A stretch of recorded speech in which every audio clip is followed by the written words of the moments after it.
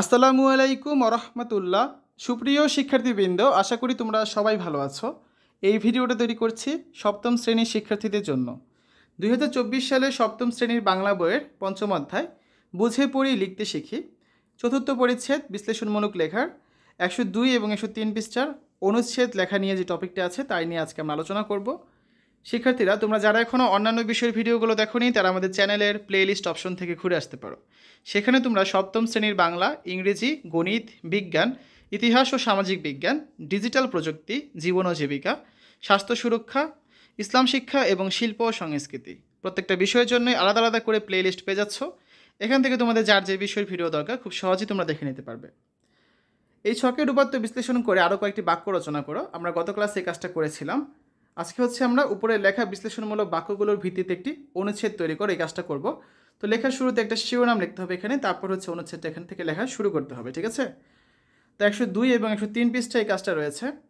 তো এই জন্য আমাদের হচ্ছে গত ক্লাসে আমরা যে বাক্যগুলো রচনা করেছিলাম সেই লেখাটা লাগবে। তো সংক্ষেপে দেখিয়ে দিচ্ছি এখানে। এই হচ্ছে আমাদের বাক্যগুলো ছিল, যেমন পশ্চিমবঙ্গে শরণার্থীর সংখ্যা ছিল এত, ত্রিপুরা প্রদেশে আশ্রয়কেন্দ্রের সংখ্যা ছিল এতগুলো, ত্রিপুরায় এত হাজারের বেশি লোক আশ্রয় নেয়, মেঘালয়ে 17টি কেন্দ্রে আশ্রয় নিয়েছিল এত মানুষ, তারপর আছে আসামে শরণার্থীর সংখ্যা ছিল এত, 6 নম্বরে হচ্ছে আসামে শরণার্থীর জন্য আশ্রয়কেন্দ্রের সংখ্যা ছিল এতটি, 7 নম্বরে বিহারে আশ্রয়কেন্দ্র ছিল 8টি, 8 নম্বর বিহারে এতজন শরণার্থী ছিল, 9 নম্বরে হচ্ছে মধ্যপ্রদেশে 3টি আশ্রয়কেন্দ্রে এত মানুষ আশ্রয় নিয়েছিল, এবং 10 নম্বরে হচ্ছে উত্তরপ্রদেশে একটি আশ্রয়কেন্দ্র ছিল।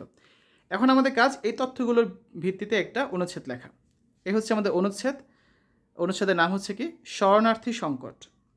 বাংলাদেশের মুক্তিযুদ্ধে ভারত ছিল অকৃত্রিম বন্ধু রাষ্ট্র। মুক্তিযুদ্ধকালে ভারত সরকার বাংলাদেশের বিভিন্ন সীমান্তে শরণার্থী আশ্রয় কেন্দ্র নির্মাণ করে দেয়। ভারতের 7টি প্রদেশে সর্বমোট 825টি শরণার্থী আশ্রয় কেন্দ্র নির্মিত হয়।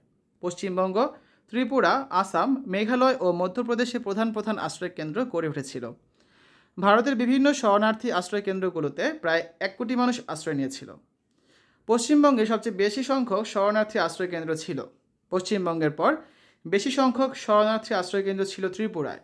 অন্যদিকে মধ্যপ্রদেশে 3টি শরণার্থী আশ্রয়কেন্দ্র ছিল। উত্তরপ্রদেশে সবচেয়ে কম সংখ্যক শরণার্থী আশ্রয়কেন্দ্র ছিল, মাত্র 1টি।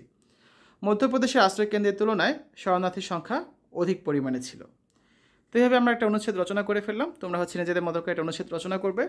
আমরা আগামী ক্লাসে পঞ্চম পরিচ্ছেদে চলে যাব, যার নাম হচ্ছে কল্পনা নির্ভর লেখা, এবং এখানে মোহাম্মদ জাফর ইকবালের লেখা আমরা ও ক্রাব নেবুলা নিয়ে একটি রচনা পড়ব। তারপর 112 পৃষ্ঠায় পড়ে কি বুঝলাম, এখানে হচ্ছে কিছু প্রশ্ন আছে। এই 5টা প্রশ্নের উত্তর নিয়ে আমরা আলোচনা করব আগামী পর্বে। তো শিক্ষার্থীরা, এতক্ষণ তোমরা দেখলে সপ্তম শ্রেণীর বাংলা পঞ্চম অধ্যায় 102 পৃষ্ঠা এবং 103 পৃষ্ঠার সমাধান। আশা করি ভিডিওটা তোমাদের কাছে ভালো লেগেছে। পরবর্তী পর্বগুলো দেখার আমন্ত্রণ জানিয়ে আজ এখানে বিদায় নিচ্ছি। আল্লাহ হাফেজ।